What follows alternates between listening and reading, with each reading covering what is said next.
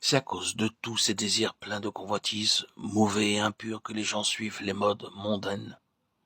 Il n'est pas besoin de nous leurrer nous-mêmes en disant que ceci est à la mode et cela n'est pas à la mode. C'est la convoitise et la convoitise seule, ainsi que l'impureté qui sont la cause de ces manières, de ces expressions et de ces vêtements mondains. Ce n'est pas la mode. Les cœurs sont devenus impurs et remplis de mal. Les fabricants qui veulent faire connaître leurs produits utilisent des images pleines de convoitise. Nous ne pouvons pas éviter de les voir. Les musiques modernes, les images, les livres modernes, les magazines sont luxurieux, les habitudes sont pleines de convoitise. Et l'habillement moderne qui habille à moitié la personne sont honteuses. Si nous allons après le monde, n'espérons pas être qualifiés pour le royaume de Dieu.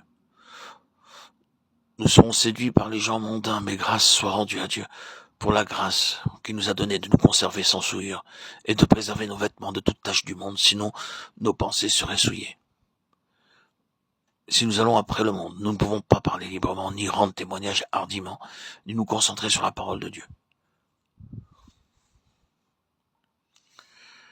C'est l'expérience à vivre. Vivre une vie de complète séparation dans notre façon de nous habiller, dans nos manières, nos habitudes, notre comportement. Nous sommes le peuple de Dieu et nous devons être gouvernés par la parole de Dieu et le démontrer par notre comportement, nos vêtements, nos goûts, la musique ou tout autre intérêt quel qu'il soit, afin que son nom puisse être glorifié. Un jour, un enfant vint vers moi pour me demander de l'argent. Je lui dis, pourquoi veux-tu de l'argent? Il répondit, je vais aller au cinéma. D'accord, prie pour l'argent, lui dis-je. Il dit alors, mais pouvons-nous prier pour une chose que nous savons être mauvaise?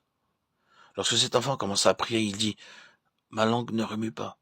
Il n'était qu'un petit enfant, mais il savait que c'était mauvais.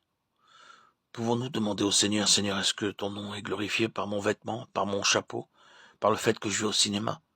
Nous devons vivre une vie de séparation, même si l'on se moque, si l'on nous ridiculise, et si l'on rit de nous, parce que nous sommes un peuple saint,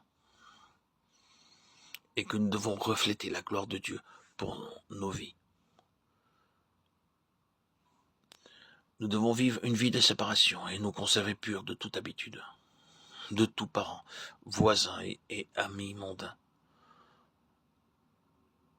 Lorsque les gens vous rendent visite, ils doivent savoir que c'est une maison de Dieu et non une maison mondaine. Regardant autour d'eux, ils devraient recevoir cette première impression, à savoir si Dieu habite dans votre demeure ou vous les invitez. Ne vous mettez pas avec les infidèles sous un joug étranger, car quel rapport y a-t-il entre la justice et l'iniquité? Ou qu'y a-t-il de commun entre la lumière et les ténèbres? Quel accord y a-t-il entre Christ et Bélial? Ou quelle part a le fidèle avec l'infidèle? Quel rapport y a-t-il entre le temple de Dieu et les idoles? Car nous sommes le temple du Dieu vivant, comme Dieu l'a dit. J'habiterai, je marcherai au milieu d'eux. Je serai leur Dieu, et ils seront mon peuple. C'est pourquoi sortez du milieu d'eux et séparez-vous, dit le Seigneur. Ne touchez pas ce qui est impur, et je vous accueillerai. 2 Corinthiens 6, 14, 17.